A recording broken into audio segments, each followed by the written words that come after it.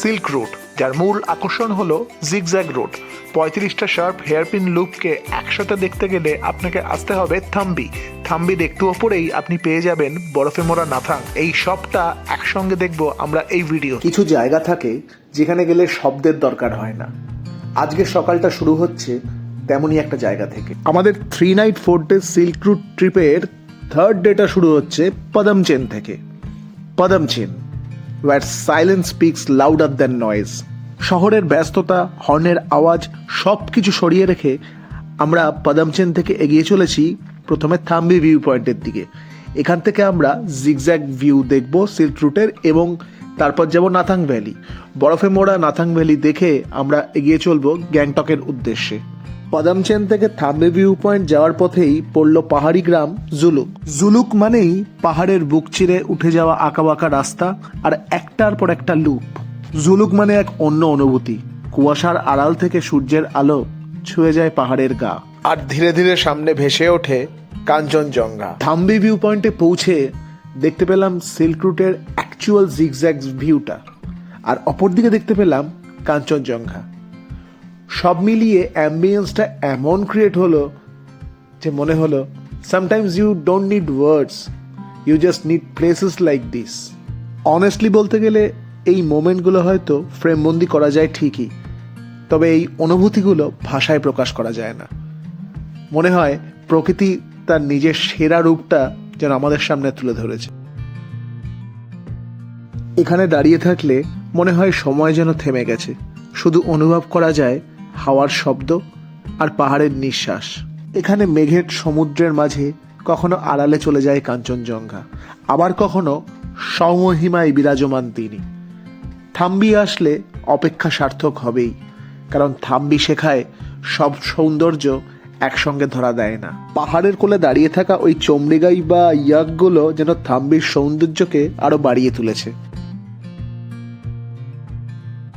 Thambi view point দেখে এরপর আমরা এগিয়ে চললাম আমাদের পরবর্তী গন্তব্য নাথাং ভ্যালির উদ্দেশ্যে। পথ যত এগোচ্ছে সেই সঙ্গে সঙ্গে বাড়ছে উচ্চতা, আর পাল্লা দিয়ে বাড়ছে ঠান্ডা। টেম্পারেচার যে হঠাৎ করে অনেকটা কমে গেছে তার আরেকটা প্রমাণ হলো রাস্তার দুধারে জমে থাকা ওই বরফকুচিগুলো। হাতের এত কাছে জমে থাকা বরফ দেখতে পেয়ে গাড়িতে কি আর বসে থাকতে মন চায়? নেমে পড়লাম। বরফ নিয়ে জমিয়ে খেলা হবে।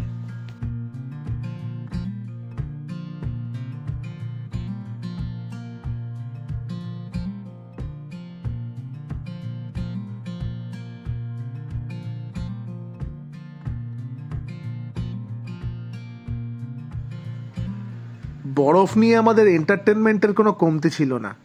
বরফ লোফালোপি তো হলোই, তাছাড়া নিজেদের মধ্যে বরফ ছোড়াছুড়ি, এমনকি বরফের ওপর শুয়ে ছবি তোলা। এর পাশাপাশি আমাদের ক্ষুদে সদস্যরা বরফের ওপর বসে ধ্যান করাও শুরু করে দিয়েছিল। এরপর আমরা আবার গাড়ি চড়ে এগিয়ে চললাম নাথাংয়ের উদ্দেশ্যে। আমরা যে পথে এগিয়ে চলেছি, মানে এই ওল্ড সিল্ক রুট একদিন সারা বিশ্বের মধ্যে অন্যতম গুরুত্বপূর্ণ বাণিজ্য পথ ছিল। একসময় এই সিল্ক রুট দিয়েই মূলত চীন, তিব্বত, ভারত ও ইউরোপের মধ্যে বাণিজ্য চলত। আজ যেখানে ইঞ্জিনের শব্দ, একদিন সেখানে ছিল খচ্চরের ঘণ্টা, ঘোড়ার খুরের আওয়াজ, ক্লান্ত ব্যবসায়ীদের পদধ্বনি। সিল্ক, মশলা ও লবণ নিয়ে তারা এগিয়ে চলতেন এই পাহাড়ি পথ ধরেই। ওল্ড সিল্ক রুট শুধু রাস্তা নয়, এ এক ইতিহাস। এই পথ একসময় ছিল এশিয়ার প্রাণরেখা। চীন থেকে ভারত, তিব্বত থেকে ইউরোপ। শুধু ব্যবসা বাণিজ্য নয়, এই পথ ধরে চলত সংস্কৃতি, ভাষা, ধর্ম আর সভ্যতার আদান প্রদান। এই পথটা এতটাই সুন্দর যে মাঝে মধ্যেই আমরা গাড়ি দাঁড় করিয়ে নেমে পড়ছিলাম চারপাশটা ভালোভাবে দেখার জন্য এবং অবশ্যই ফটো তোলার জন্য।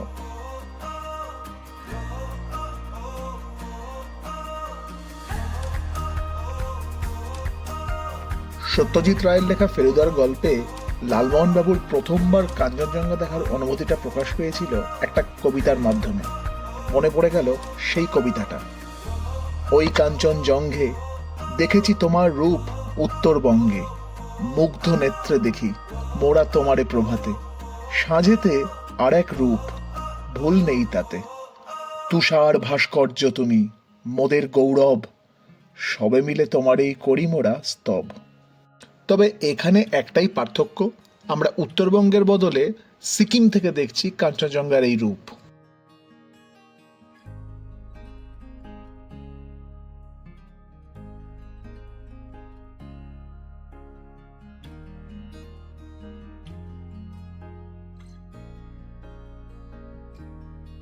থাম্বি থেকে কিছুটা ওপরে দুটো চায়ের দোকান চোখে পড়ল।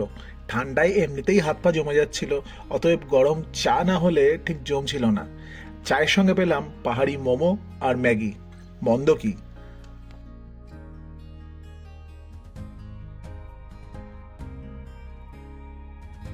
সাময়িক বিরতি সেরে এরপর আবার শুরু হলো পথ চলা। এবার আমরা যাচ্ছি নাথাং। সমুদ্রপৃষ্ঠ থেকে প্রায় 13,500 ফুট উঁচু এই নাথাং ভ্যালি। বুঝতেই পারছেন ঠান্ডাটা কি লেভেলের হতে চলেছে। নাথাংয়ের ওই ঠান্ডা মোকাবেলা করার জন্য একটু মোটা শীতের জামা কাপড় কিন্তু দরকার। আর আমাদের সঙ্গে ছিল অক্সিজেন সিলিন্ডার, যেটা লিংথাম থেকে নিয়েছিলাম, আগের ভিডিওতে সেটা দেখিয়েছি। তো এইসব প্রিপারেশন নিয়ে নাথাং এগিয়ে চলেছি। রাস্তার দুধারে রয়েছে বরফ। আমরা যত নাথাংয়ের দিকে এগিয়ে চলেছি বা ক্রমশ যত ওপরে উঠছি, প্রকৃতির সব রঙগুলোর মধ্যে যেন সাদা রংটার আধিক্য বেশি হতে চলেছে। ইস্ট সিকিমের এই ছোট্ট গ্রামটি প্রকৃতির এক নিঃশব্দ বিস্ময়। মেঘ, পাহাড় আর ইতিহাস সবকিছু মিলিয়ে নাথাং যেন সময়ের বাইরে দাঁড়িয়ে থাকা এক জীবন্ত ছবি। ওল্ড সিল্ক রুট যখন ভীষণভাবে অ্যাক্টিভ ছিল, মানে যখন এই রাস্তাটাকে বাণিজ্যের পথ হিসেবে ধরা হতো, তখন এই নাথাংকে ট্রানজিট পয়েন্ট হিসেবে ব্যবহার করা হতো। মানে লং জার্নির মাঝে এখানে থেমে মানুষ আর পশু দুজনেই বিশ্রাম নিত। এখনো রাস্তার পাশে পুরনো পাথরের স্ট্রাকচার দেখলে সেই ইতিহাসটা চোখের সামনে ভেসে ওঠে। নাথাং কিন্তু ইন্ডিয়া চায়না বর্ডারের খুব কাছে, তাই এখানে আর্মির উপস্থিতি সবসময় চোখে পড়ে। কিছু জায়গায় ছবি তোলা একদম মানা, সেগুলো অবশ্যই খেয়াল রাখতে হয়। 1962 ইন্ডিয়া চায়না যুদ্ধের পর থেকে এই পুরো অঞ্চলটাই খুব সেন্সিটিভ হয়ে ওঠে, আর সেই জন্যই এখন অনেক জায়গায় ছবি তোলা মানা, আর সব জায়গায় যাওয়ার জন্য পারমিট লাগে। তবে এত কিছুর পরেও নাথাং তার আসল চরিত্রটা ধরে রেখেছে। এই জায়গাটা তাদের জন্য যারা লাক্সারি নয়, এক্সপিরিয়েন্স খোঁজেন, যারা ভিড় থেকে দূরে প্রকৃতির একদম কাছে কিছুটা সময় কাটাতে চান।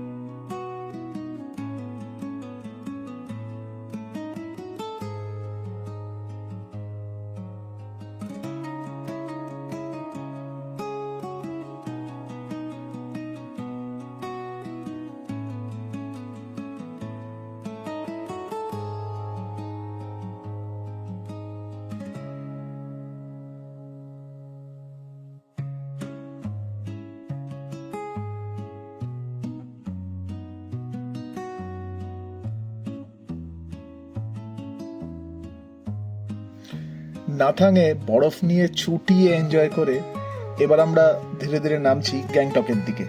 নামার সাথে সাথেই একটা জিনিস বুঝতে পারবেন, ভিউ বদলাচ্ছে। ওপরে যেখানে শুধু খোলা পাহাড় আর বাতাস, এখানে নামতে নামতে গাছ দেখা যাচ্ছে, রং দেখা যাচ্ছে, জীবন দেখা যাচ্ছে। এই রাস্তাটার একটা আলাদা মজা আছে। আর একটা জিনিস ফিল করলাম, উচ্চতা কমার সাথে সাথে শ্বাস নিতেও একটু আরাম লাগছে। এটা সত্যি, পাহাড়ের ওপরে গেলে শান্তি বাড়ে, নিচে নামলে অক্সিজেন বাড়ে। অবশেষে এসে পড়লাম গ্যাংটকের আলো আর ব্যস্ততার মাঝে। গ্যাংটক পৌঁছাতে আমাদের সন্ধ্যা হয়ে গেল।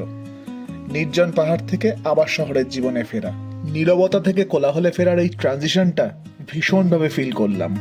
গ্যাংটকে আমাদের থাকার হোটেলটা বেশ ভালোই ছিল, 3 স্টার ক্যাটাগরি প্রপার্টি, তবে এমজি মার্গ থেকে একটু দূরে। সকালটা একটা সুন্দর কমপ্লিমেন্টারি ব্রেকফাস্ট দিয়ে স্টার্ট করে আমরা এগিয়ে চললাম এমজি মার্গের দিকে। গ্যাংটকের রাস্তায় দেখলাম ট্যাক্সির খুব প্রাধান্য, তো আমরাও সেরকমই ট্যাক্সি ভাড়া করে এগিয়ে চললাম এমজি মার্গের দিকে। মেইন মার্কেটে কিন্তু গাড়ি চলা নিষিদ্ধ, পুরো রাস্তাটা ভেহিকেল ফ্রি জোন, তাই এখানে হাঁটতে বেশ আরাম লাগে। রাস্তাটার দুপাশে সুন্দর ফুলের টব, বেঞ্চ আর ইউরোপিয়ান স্টাইলের স্ট্রিট ল্যাম্প, সব মিলিয়ে জায়গাটা একদম পোস্ট কার্ডের মতো। এমজি মার্গে আপনি মূলত যেগুলো পাবেন তা হলো ব্র্যান্ডেড শোরুম, লোকাল সিকিমি শপ, অনেক ট্রাভেল এজেন্সিজ, ক্যাফে, বেকারি আর রেস্টুরেন্টস। সবচেয়ে ভালো ব্যাপার হলো এখানকার পরিবেশ খুব শান্ত আর পরিষ্কার। তবে গ্যাংটকে শপিং মানেই একটু ইউনিক জিনিস কেনা। এখানে যেগুলো অবশ্যই কিনবেন বা দেখবেন তা হলো উলেন শাল, jacket, sweater, Buddhist handicrafts, prayer wheel, কাঠ ও বাঁশের তৈরি শোপিস। দাম সাধারণত ফিক্স থাকে, তবে কিছু লোকাল দোকানে হালকা দরদাম করা যায়। এমজি মার্গের পাশেই রয়েছে লালবাজার, সেখানেও স্থানীয়রা হরেক রকম পসরা সাজিয়ে বসেন। গ্যাংটকের স্ট্রিট ফুডেরও কিন্তু আলাদা নাম আছে। এখানে অবশ্যই ট্রাই করা উচিত মোমো, থুকপা, ভাতের সাথে লোকাল সবজি আর অবশ্যই বাটার টি ও লেমন টি। এমজি মার্গ ঘুরে শপিং সেরে ফিরে এলাম হোটেলে। সময় বেশি নেই, ব্যাগপত্র গুছিয়ে গাড়ি করে রওনা দিলাম শিলিগুড়ির উদ্দেশ্যে। গ্যাংটকের মানুষ খুবই ভদ্র, শান্ত আর হেল্পফুল। এখানে আপনি কোনো তাড়া বা হট্টগোল পাবেন না। ট্যুরিস্টদের প্রতি লোকালদের ব্যবহার খুবই ভালো। শহরটা ছোট হলেও একদম প্ল্যান্ড, ট্রাফিক কম, বাতাস পরিষ্কার আর চারপাশে পাহাড়, যা মনটা একদম ফ্রেশ করে দেয়। তো বন্ধুরা, এই ছিল আমাদের 3 night 4 day silk route tour. আজ এখানেই শেষ করছি। খুব তাড়াতাড়ি আবার নতুন একটা ট্রিপ নিয়ে দেখা হবে।